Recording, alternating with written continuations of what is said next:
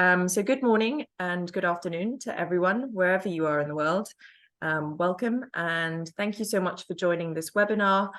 This is the latest in a series of webinars we've been conducting on emissions trading. My name is Maya Hall and I'm a consultant at the Secretariat of the International Carbon Action Partnership. And I'm very pleased to be moderating today's webinar. Before we begin, just to let you know again, if you didn't catch the Zoom message, that we are recording this webinar and it'll be available on our website shortly, especially for those who are unable to join us today. So as you know, in today's session, we'll be focusing on the new generation of emissions trading systems with a focus on 3 jurisdictions in Asia. So these are Indonesia, India, and Vietnam. All 3 of these countries are at various stages of developing their own carbon markets. So ETS, as we all know, as an instrument to tackle greenhouse gas emissions, have been around for quite a long time now, for almost 2 decades since the EU ETS launched in 2005. So by imposing a limit on the total amount of emissions that regulated entities are allowed to emit, these entities are given the incentive to try and reduce their own emissions so that they're able to sell their surplus emissions allowances to others. So this is how an ETS works, at least generally or traditionally. But now, as I mentioned, a new generation of ETS is emerging. But what exactly do I mean when I say a new generation? So essentially, I'm referring to systems with alternative design elements or hybrid systems that are currently being developed or implemented around the world as countries adapt ETS as a policy to suit their different local contexts and different priorities. So we're really looking forward to hearing the insights from our wonderful panel here today on the kinds of developments that are taking place in Asia at the moment. During the webinar, we encourage you to use the Q&A function to ask any questions that we can then address via the chat or in the discussion session at the end. And we'll also open the floor to live questions at that point. So if you prefer to ask questions with your microphone in real time, then please feel free to save those questions to the end. But without any further ado, I'd like to introduce our 3 panelists today. Thank you so much for being here. Firstly, we have Dr. Mahua Mukherjee, who is a senior research fellow at the Oxford Institute for Energy Studies. She has over 25 years of experience in development economics, including at the World Bank, as well as at 2 international investment banks in Kenya. We also have today with us Han Ndang. She is an expert on Vietnamese climate policy and carbon pricing, and is also the co-founder and managing director of the Vietnam Energy and Environment Consultancy. Finally, we also have Paul Buttar, who has almost 30 years of experience in environment and climate, including with organizations like South Pole, and he's also the co-founder and executive director for the Indonesia Center for Renewable Energy Studies. So again, thank you so much for being here. And at this point, I'd like to pass the floor first then to Mahua, who will walk us through some of the key carbon market developments coming out of India and what makes its ETS plans so unique. Over to you. Thank you very much. Let me just get my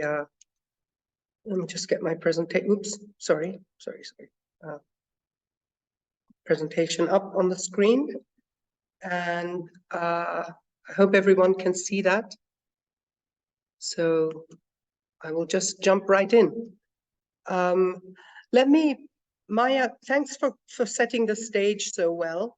I think what I'd like to do is this thing is not working very well. My first slide, yes, the prior actions.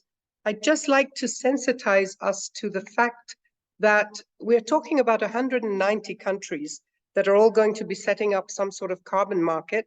And there's a political economy dimension that often gets forgotten. When we say things like, you know, for example, India updated its nationally determined contributions, and then it passed legislation, and then it notified the rules.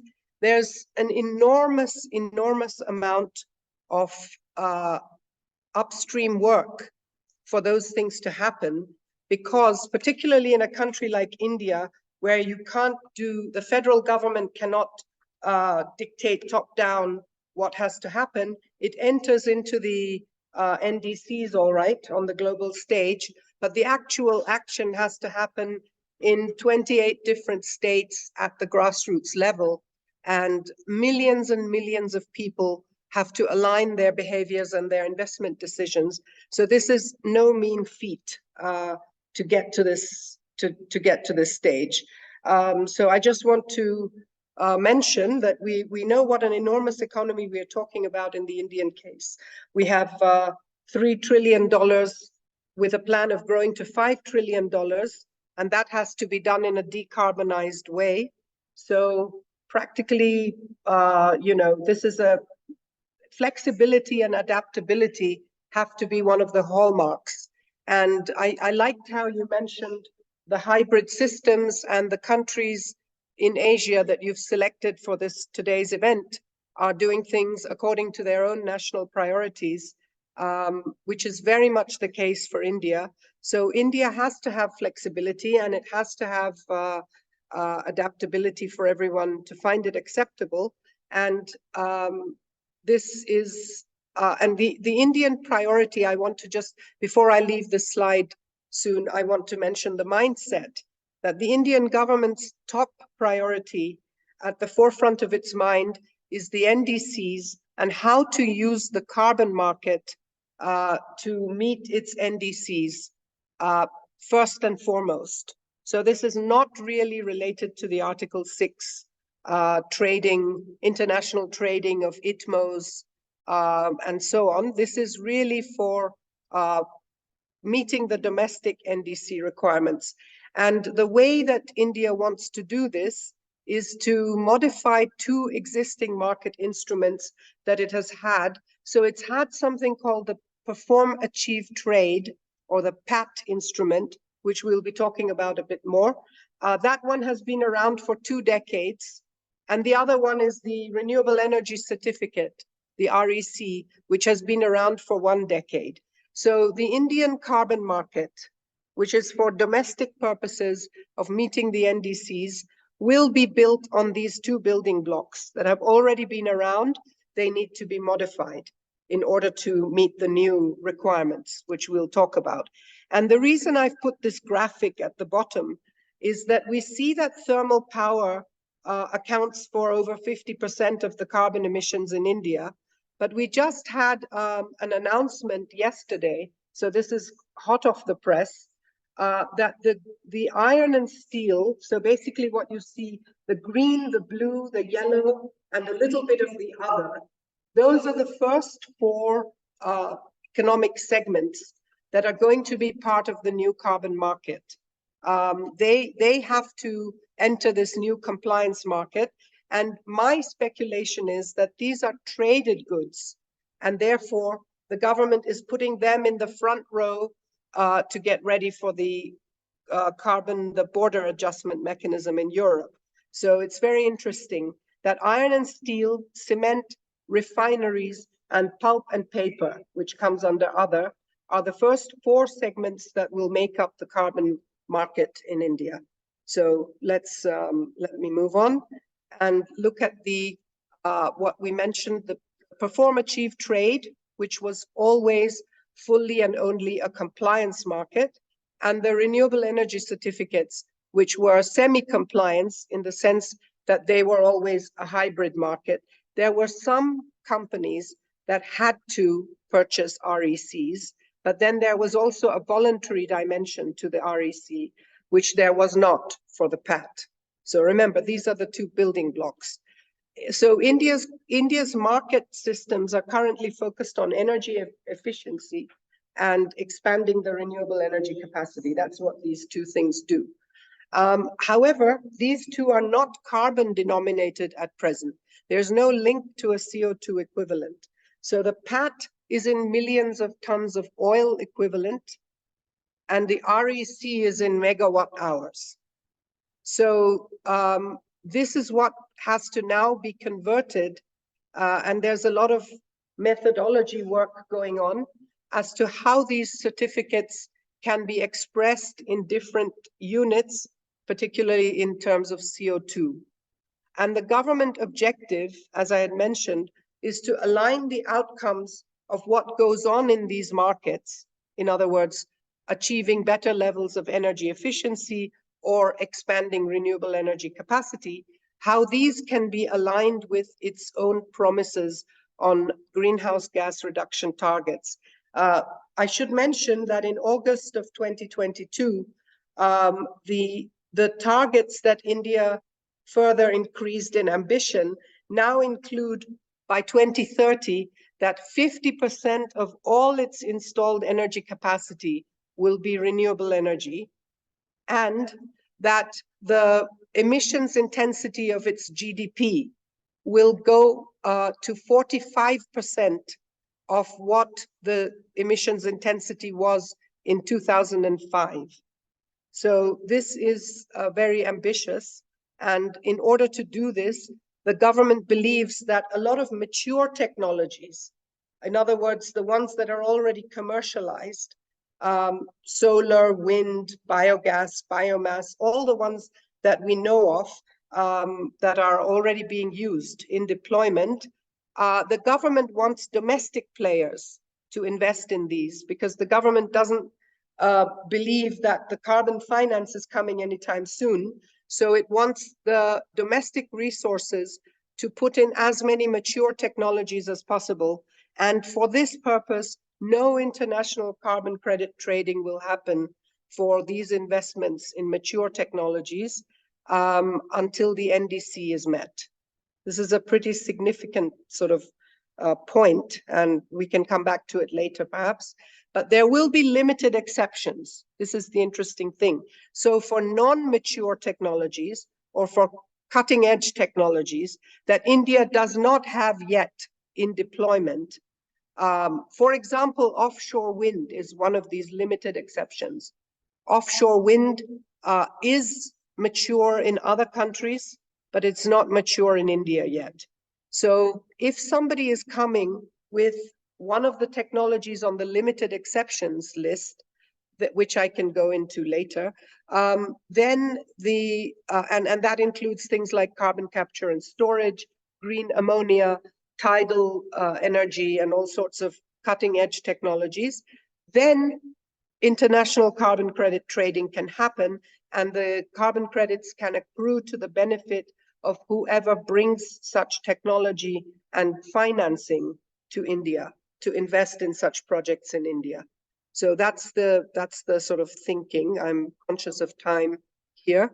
How will India regulate the carbon credits that are exported? There's an understanding that there will be a different type of verification for technologies and projects that are going to be exported for trade in the international voluntary market versus those which are simply trying to get more decarbonized projects built on the ground. So, and I'll come to what the difference is, because they want to have environmental integrity of both of them, but there's an interesting feature of how these will be regulated. I'll come to that in a minute. So there's a phased introduction. I want to show this on the graphic. At present, there's the PAT scheme, which exists. Then there's the transition, which we are in right now from 23 to 25, which is when the units are being optionally reconverted. So holders of the certificates can choose to convert to carbon credits, or they can stay with their tons of oil equivalent and be compensated for those. And then from 26 onwards, there's no more choice. You have to get into the carbon credit trading mechanism. That's for the compliance market, for the obligated sectors. For the offset market, which is the energy and non-energy sectors, and the RECs fall into this, we are currently into mainly incentivizing carbon reduction projects from the non-obligated sectors. The only obligated sectors here are the large energy purchasers, like the distribution companies or very large industries who must procure a percentage of their energy purchases from renewable energy sources, which is the renewable purchase obligation that people are familiar with. And the trading is basically, we're in that transition cusp right now. The government is applying the lessons. So I must say that the market reception has been positive.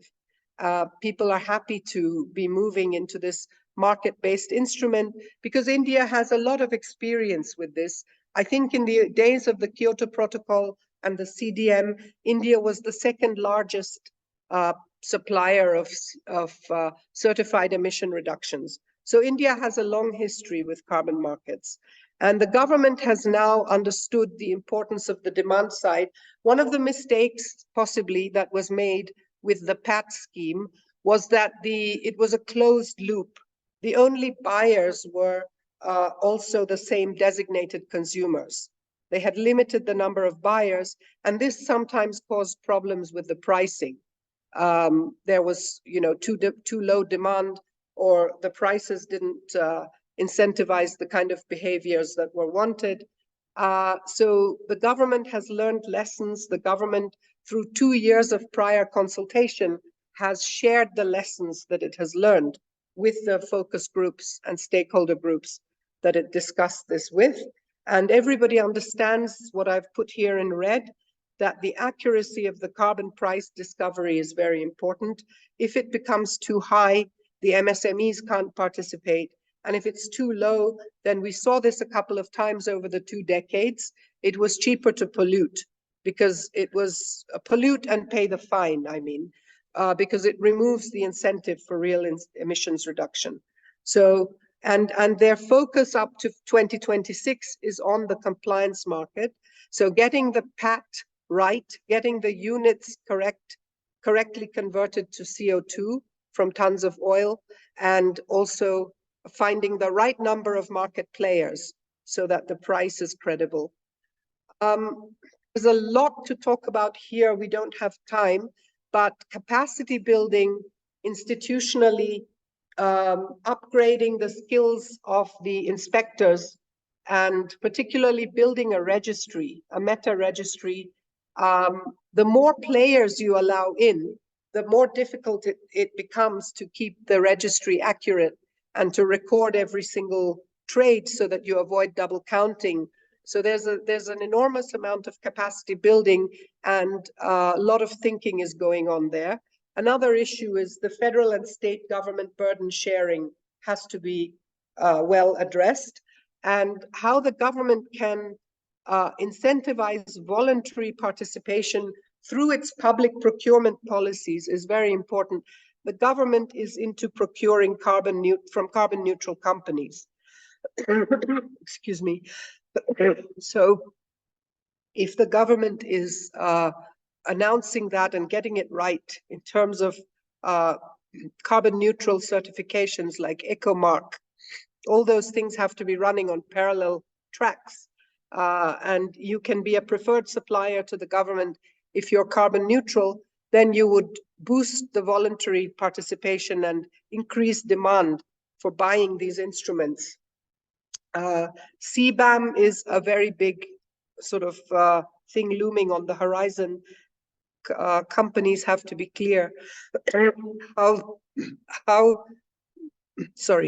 they're going to satisfy the requirements of CBAM, and the Indian carbon instruments have to be credible to CBAM as well. So there's a lot of dialogue required there. This is important for the domestic part of it. The sectoral approach, what the government of India wants to do is avoid placing the full inspection cost on an individual company. The company which is supposed to make the investment in the carbon neutral technology should not also have to pay the full inspection cost. So what the government is doing for the Indian carbon market is to have a sectoral approach where the verifiers will adopt sort of rules of thumb and averages, and then there will be surprise inspections rather than making companies pay for the full third-party verification each time.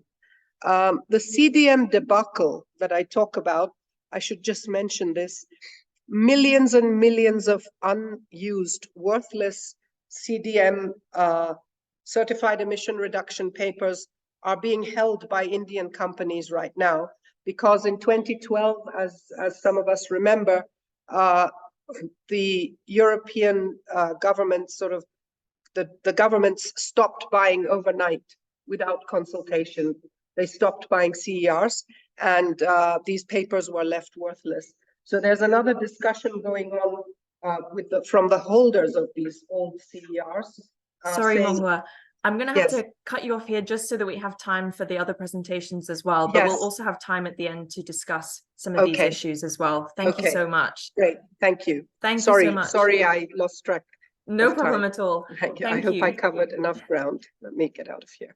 Yeah, some really good insights into how India is converting some existing schemes into the carbon market to help reach its NDC. And yeah, some really important lessons that you've pointed out there from the past, also looking forwards. And I'm sure, as I mentioned, there's also a few questions already in the chat, so we'll get to those at the end. Thank you. So for now, we'll move on to Vietnam. So over to you, Han. Thank you very much. Yeah, let me share my screen and then I'm waiting for that. Thank you again, ICAT and Maya for very smooth organizations. So yes, so my pleasure to join the event today and then give you the short update about the development in the Vietnam carbon market so far. So very short glance at VNext that we corners. We founded in 2006. So we provide the service in mainly developing the carbon credit project with more than 100 projects in our pipeline. And then we have more than 8 million carbon credit issues so far. So in parallel, we also provide intensive policy advisory and technical assistance to the government and different donors active in Vietnam on climate change, and especially recently on the setting up of the carbon market in Vietnam. And then we are also the first national consultant provide the carbon footprinting service for corporate ventures fund in Vietnam since 2015.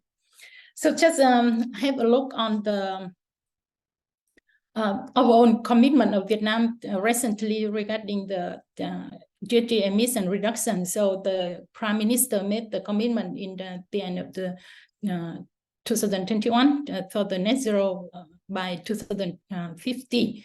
So after that, there are a number of the policy like National Climate Change Strategy and also the updated NDC to be in line with the commitment towards the net zero. So the NDC updated, it has increased the unconditional targets to 15.8% from 9%, and then also for the conditional, it means that international support, it increased to 43.5% from the 27% in the previous NDC. And most recently, maybe you heard about the Just Energy Transition Partnership. Is a very hot topic in Vietnam at the moment. So Vietnam and the international partner group has made announcement on the treaty in Vietnam. It we aim to mobilize about 15 billion US dollar to accelerate the decarbonization in Vietnam, especially focus on the electricity sector, and then also it reduce the capacity peak of the coal-fired generation in Vietnam that move it earlier than the initial plan. So this is just a graphic to show you the commitment of the government of Vietnam. It's for the big GHG emission of the country is on it kind of reduced over the time, like in the previous commitment, like in the BAU you see here is quite high, it's almost 1,000 million. And then it's reduced now in the latest treaty. It's a strongest commitment from Vietnam is reduced below 600 million tons of CO2 equivalent. So this is a kind of summary from the different to see the development of the policy and commitment of the Vietnam over time. So you see the dash part. This is the so the removal and absorption of the GHG. So here up to the orange one, you can see this is the big GHG emission in Vietnam. So you see the tendency, like in the treaty, is latest commitment is reduce the peaks, and also the time to reach it will be earlier, like in 2030 instead of in 2035. So this is a very short summary of the carbon market in Vietnam in the legal system. So the first time that the carbon market is legalized in the law of environmental protection, that was become effective from 1st of January 2022. So, and then under that, there are the number of regulations and rules to try to operationalize the carbon market in Vietnam. So that the government decree, the most important one that you might heard about, this is the government decree number 06, and then in 2000, and then the prime minister decision in number 1 in 2022. So this one also issuing the list of the sector and GHG emitters that's subject to GHG inventory is up almost to 2,000 entities. That they are also the one who participate in the carbon market and also in the ETS later. So for the roadmap of the ETS in Vietnam, you can see that in the government decree 06, that they have 3 phases for ETS preparation and implementation in Vietnam. So for the most important one from now until 2027 is a piloting phase, that it will be start from 2025. So in last for 2 years. And then from 2028, it will be the full operational of the ETS. And then I just got the request very recently from the Ministry of Natural Resources and Environment to help them to facilitate the process so the pilot phase can be started in the early of the 2025. And here I just want to share the electricity market structure, so you can see how the initial idea of the carbon market can contribute to change in the market, electricity market to be more green and less CO2 emissions. So you see in the 2020 that and then almost half of the electricity is come from the coal, and then you also see here in the graphic on the left that the coal thermal power plant in 2022 still contribute more than like 35% of the electricity to Vietnam.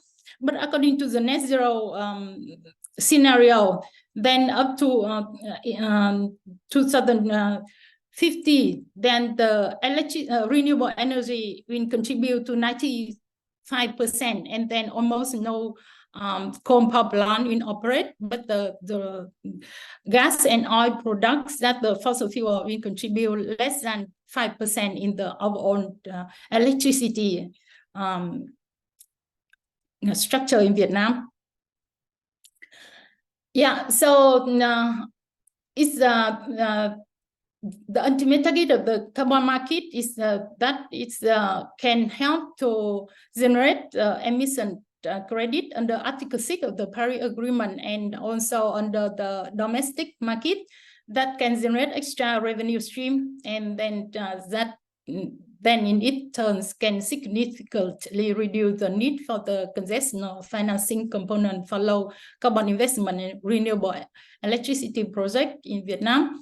So making project more attractive for the investors. And then similar to India, we also have very strong experience with the CDM. We are the first country with the number, in terms of the number of CDM registered projects. And you also see that we have very strong legal foundation to support for the setup and operation of the carbon market in Vietnam. But the risks and all the challenge here, you can see that the time is very short from now until 2025 to set up and to put the carbon market in operation. And even now, the government very ambitious to aim at in earlier 2025 to have the pilot phase to be started. So there are a lot of issues, and especially for the legal foundations are still missing. And then also like for the capacity similar to India, we also had to prepare for the sufficient capacity for different stakeholders involved in the carbon market, that we, even for the policy maker at the central government who would like have the responsibility to design the carbon market, but they are lacking in terms of the numbers and also experience, not as mentioned the lower level, like for the provincial or local authorities, and also for the companies that who are participating, who are will be the targeted in the under the ETS later. And also for the obtaining the consensus from the key stakeholders involved in the carbon market is not easy. Even like to share the burdens among the line ministries, there are still a lot of discussion ongoing at the moment. So for the I just want to highlight for the need for the capacity needs in building in Vietnam. So the exchange of experience with other country and jurisdiction is very important. Like recently, I just joined the short visits in Singaporean National Energy Authority agency that who are in charge of the MRV for the carbon tax in Singapore. And then we also like organizing the coming ETS exchange with Korea for the government authority, for example. So, and then the event like today is also very good for us. Like we also just heard about the lesson from India, I think also very helpful. And then we need the intensive capacity building and pilot activities, not only the capacity building in general, but then the pilot activity at the sectoral levels that we are also helping the government to organize different GHG inventory and training for company that listed in the decision 01 of the government that we have to report on GHG inventory. So this is a totally new responsibility for them. They don't have the experience and capacity to do it. So the government also organized different trainings rounds. And then we need the support, technical support for the line ministry in developing and issuing the rules, regulation to set up the foundation for the carbon market. For that, there are also a number of the ongoing the international support in Vietnam at the moment, such as the Prepare for Market Implementation funded by the World Bank, the support for the carbon and also the ETS training and simulation by the Energy Transition Partnership, and also the IDB for the Article 6 and UNDP for also for the CDM transition under the Article 6.4, for example. So as I mentioned, the wider stakeholder engagement and public awareness is also very important.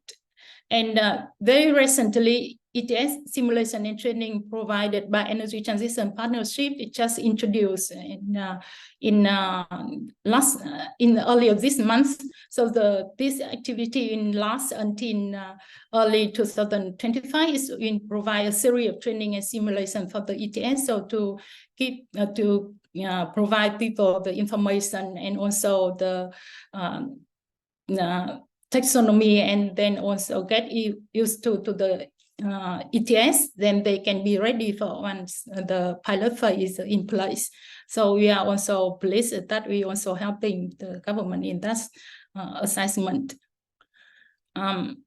Yeah, so this is just a very short update and information about the current status of the development of the carbon market in Vietnam. I'm very pleased to answer any question and information that I'm not able to capture in my talk because of also a bit of the time constraint. But thank you very much. Yeah, I hand it back to you, Maya. Thank you so much, Han. Yeah, it'll definitely be interesting to see how Vietnam continues preparing for its carbon market, especially given, as you mentioned, its strong legal foundations, but also the quite short time window before it's expected to be fully up and running. Last but not least, we have Paul here with us to discuss how Indonesia's interesting new hybrid system is developing. So over to you, Paul.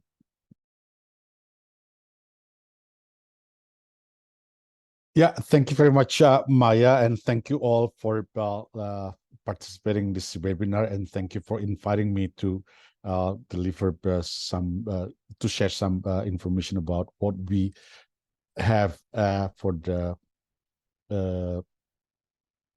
ETS in Indonesia. So the NDC of Indonesia, the enhanced NDC, sees actually that apart from the forestry sector, then the energy sector will be the one that really contribute the most for the emission in Indonesia. So the enhanced NDC has seen the more ambitious target of Indonesia, increasing the target from 29% to 31.9%, 0.89% to be achieved in 2030. And based on the calculation of the Ministry of Finance, then to meet the NDC target, it needs about 280 billions in order to do some investment mitigations efforts. And then Indonesia has been supported by World Bank in preparing the Partnership for Market Readiness, let's say allowing a learning for the how the ETS or how the market-based instrument could be implemented and so on.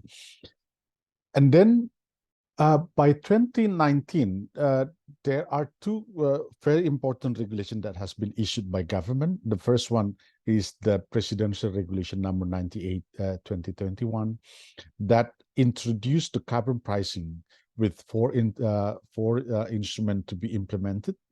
That is carbon trading, include ETS and offsets, carbon levy or tax and excise, also result-based payment, and we call it other mechanisms to open opportunity for any other mechanism in the future that could be, let's implemented in order to meet the NDC target.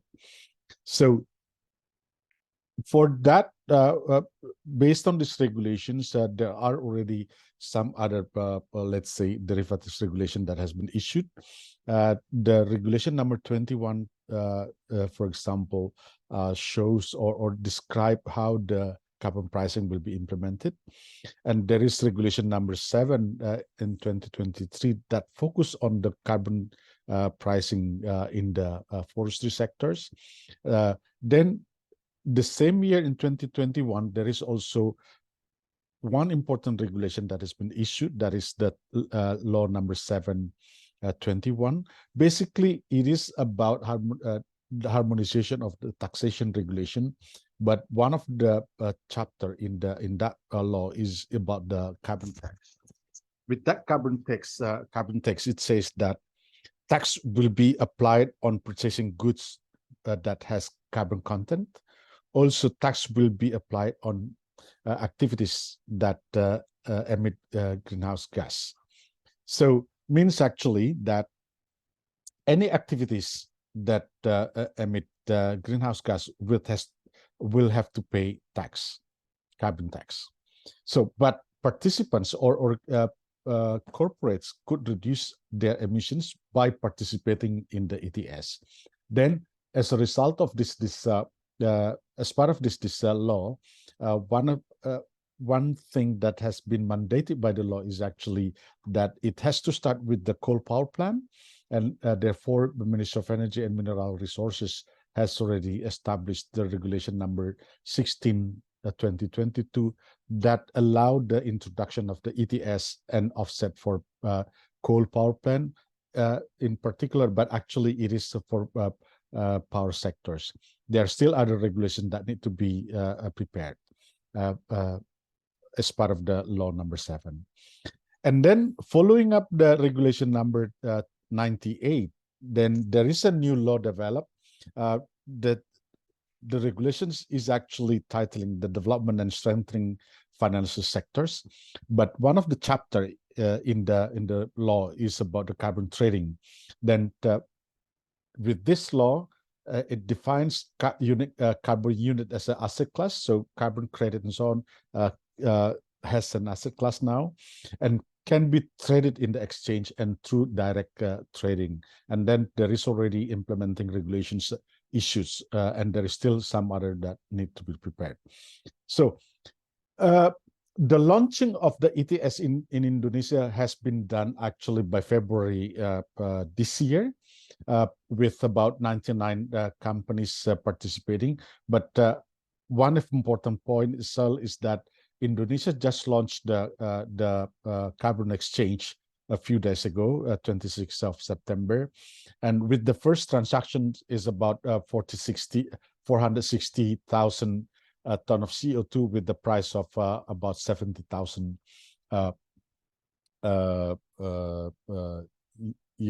rupiah per ton. It is not 3, but it's more than $4 per ton of CO2.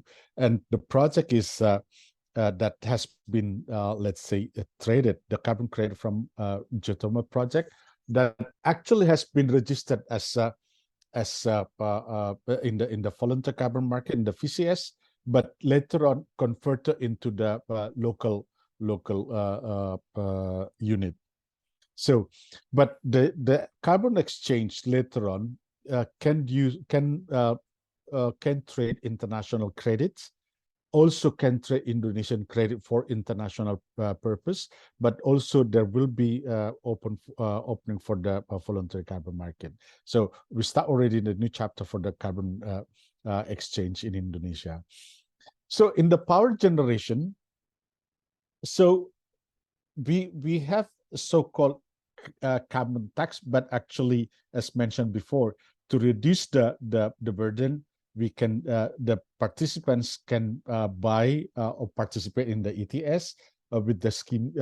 If you, for example, reduce also buy carbon credit or buy allowance, it can reduce your obligations. But if you cannot meet it, then you have to pay tax. That's that we call cap, trade, and tax. The minimum price, the minimum tax rate is about $2 per ton CO2, but the rate will be adjusted to the price of carbon in the market. So the tax rate will be about 120% of the price of carbon in the markets. So, and there is in different to other countries. In our case, there is no limitations of the amount of the offset or carbon credit to be used for offsetting the allowance. So the reason being is because we want to, government would like to see more renewable energy project and energy efficiency project to be built, to be implemented, so that they will give an opportunity for the coal power plant to buy offsets. So this is the 1990 units. And for the first phase, it will be until 24. Then in 25 to 27, then there will be another phase, and it will include also. Now, the first phase, it will only include the on-grid system, on-grid power plant. Later on, in the phase 2, there will be other captive power that will join the ETS, and then other sectors is intended to join the ETS as well. Now there is some let's say inventory that's on oil and gas sector that has been prepared by government with the intention by phase 2 of ETS they will join the ETS. So our main problem is actually on the cap setting. So we need to reconsider how we set the cap. The reason being is because in the power sector, there is a link with the subsidy. So there is subsidy paid by government, covered by government for the consumers, especially a household with the minimum income.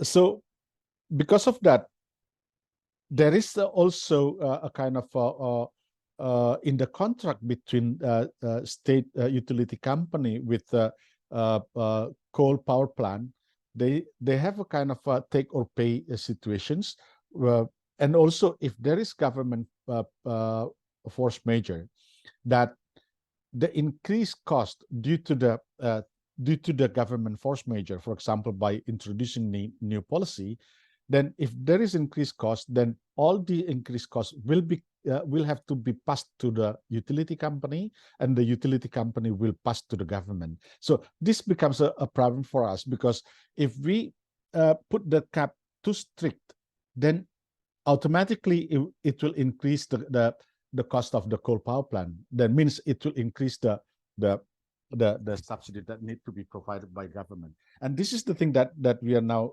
trying to see.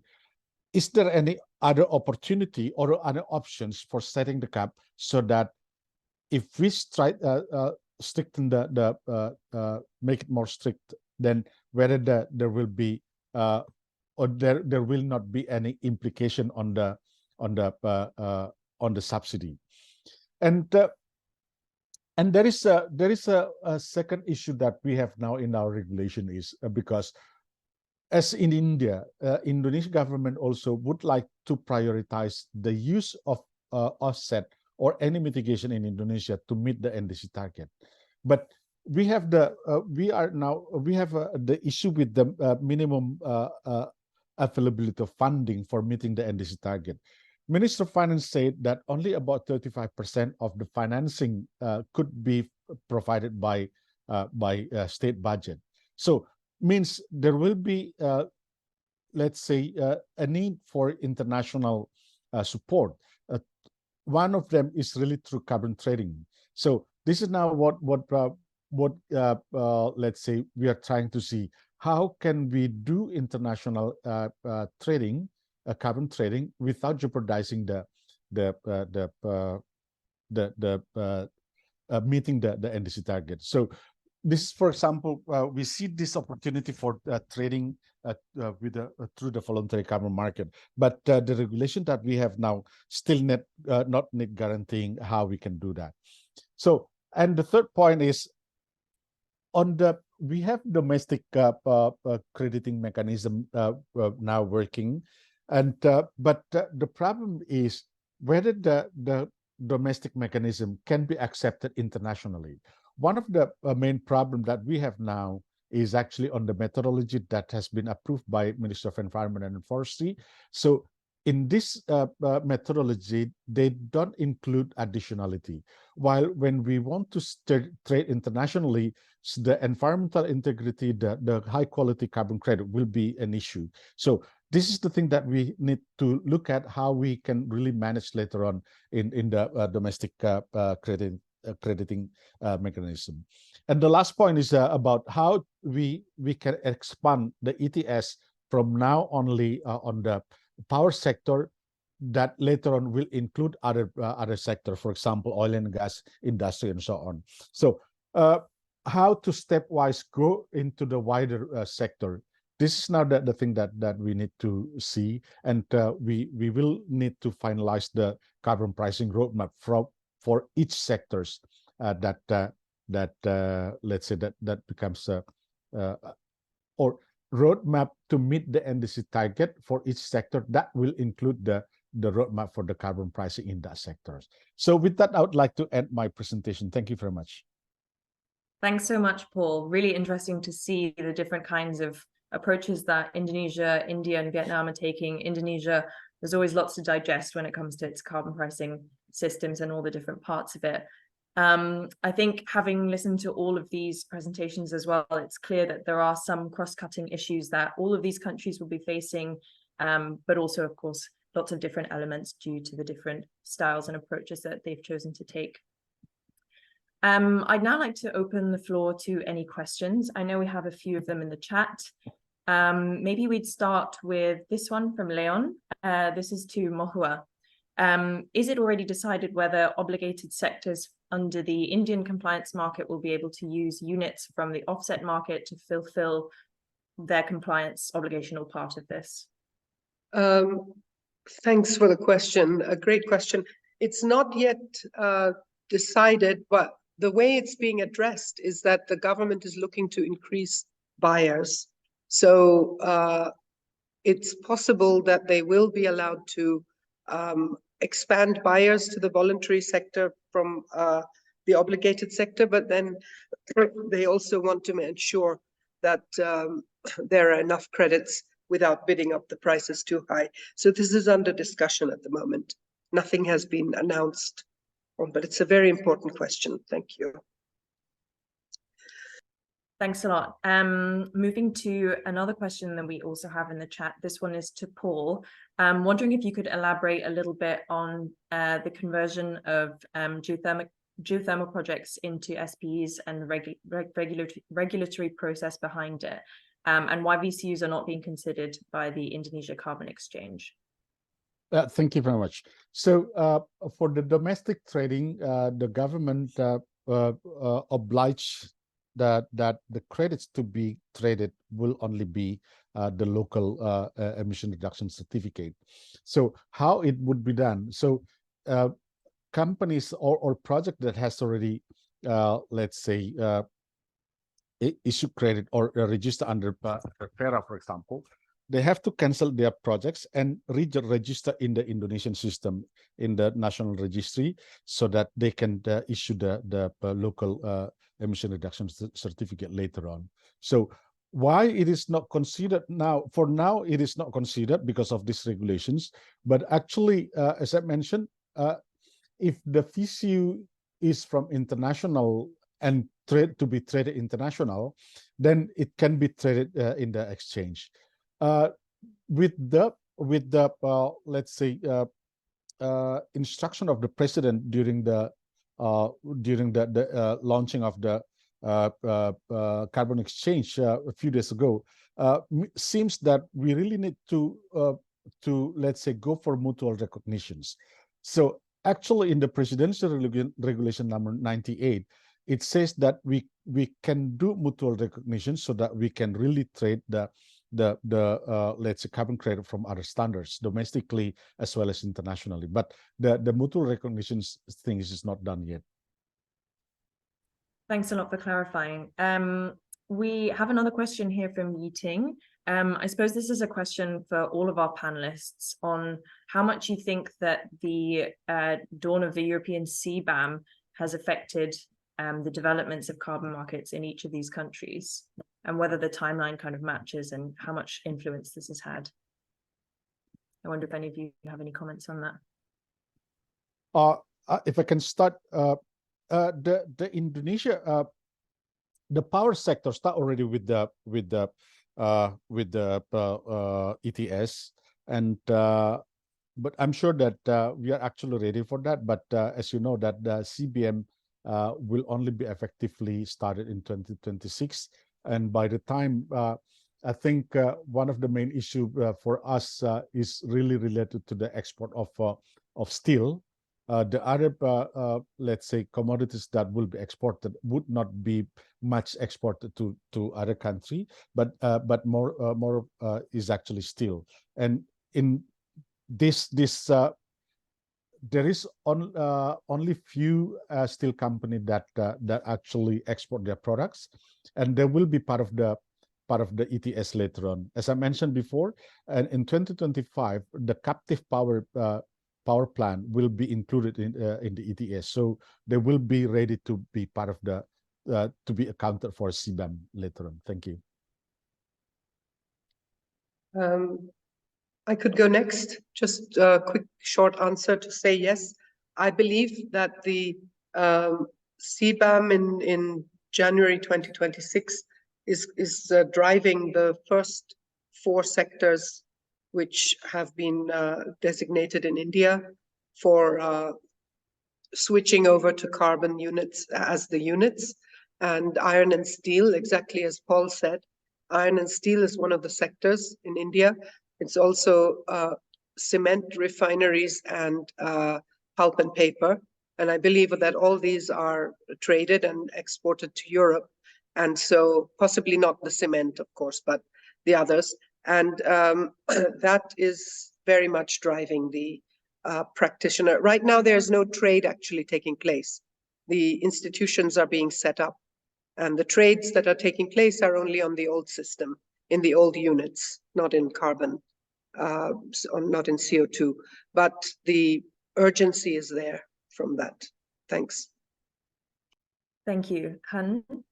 Yeah, for Vietnam, actually, the ultimate taste of the carbon, the domestic carbon market is not to meet the or to eliminate the CBAM impacts, but rather to facilitate the duty mitigation at a lower cost. So, but actually, yeah, similar to the case of India, this is definitely a strong signal for the government to like push the carbon market in Vietnam, the domestic carbon pricing in Vietnam faster and impose it faster to eliminate the negative impact of the CBAM in Vietnam. So at the moment, under the study by our another company, that I think one of the first quite intensive CBAM assessment in Vietnam. So they published, and then they said that the impact is quite minor so far, because only steel is the most impacted exporter for the CBAM in Vietnam. But in the future, it can be extended to other sector. But at the moment, the impact is quite minor. But then definitely the political implication is quite strong for the government to move forward with the carbon pricing. Yeah, thank you. Thank you. Before, we only have a couple of minutes left, but I also wanted to invite anyone to ask questions in real time if you wanted. If you just raise your virtual hand, I can get to you. Otherwise, we have another question for Paul. Wondering whether you could elaborate on how Indonesia's power sector ETS will allocate and distribute allowances, and if it's free allocation, what the basis is for determining how many allowances each entity will receive. Thank you. So what we have now, if you follow the ETS in Indonesia, the allowance actually work at the same time as a cap. So then it is a free allocation for now. The way the government defined the allowance is actually based on the benchmark. The benchmark study has been conducted a few years ago to see what is the efficiency of each coal power plant or power plants in Indonesia that goes to the grid, and what would be their emissions. So the result of benchmark has been used as a basis for this allocations. Thank you very much. I think we have time for one more question. No live ones from the audience. Okay, we have a few more in the chat again, also to Paul. Do you think it's what are your sorry? What will happen to? Oh, hang on. Let's go with a live question from the audience, from David. Thank you. I actually have a question, maybe briefly for all three, and it was a question of how do you think it will be balanced between, if these emissions trading systems are accepting offsets that can be generated domestically from within the country, and at the same time the countries are also thinking about Article 6 and exporting, how they will divide the. I think Mahua told us a little bit already in India about the technology transfer elements, and but how do you think they will approach saying, okay, well, these are the offsets that can be used domestically for compliance purposes, and these are the offsets that we will consider selling under Article 6, if indeed they will sell offsets under Article 6? Well, I'll jump in. Okay, go ahead, Paul. Go ahead. Okay, I just wanted to say that in India, there's a very sharp dividing line in this first phase. So anything that brings a new technology and finance is allowed to be booked offshore, and anything that doesn't is all entirely financed, because 175 gigawatts of renewable energy capacity has already been financed with domestic resources, largely. So they want to just keep going that way, and there's intended to be no confusion in India. Paul, over to you. Yes, the way how Indonesia will do it now is actually that or let's select that the limitation that it has to start with the meeting the NDC target will most probably the way how government will do that. Means if it is voluntary market, as we know that if it is voluntary market, then the credit will stay with the host countries. But for the Article 6, there will be a kind of portion that will be taken by government, either 6.2 or 6.4. Only certain portion that could be actually traded internationally. That's the way how government will make sure that the local demand will be satisfied first. And if you have any last comments, you have about 30 seconds.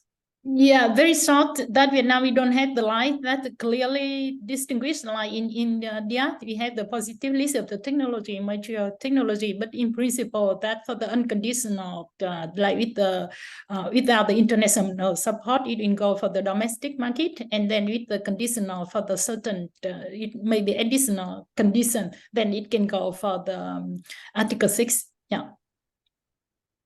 Great, thank you so much. Unfortunately, we've come to the end of our time today, but I just wanted to say thank you again for our wonderful panelists for being here, for taking the time. I know we had quite a lot of questions that we didn't get to, but maybe we can get to those at a future point. We'll be uploading the recording onto our website, and if the panelists are okay with it, also sharing the slides. So in the meantime, have a lovely rest of the day. Thank you so much. Thank you very much. Thank you very much. Bye-bye. Bye-bye. Yeah, Bye. bye. Bye. Bye.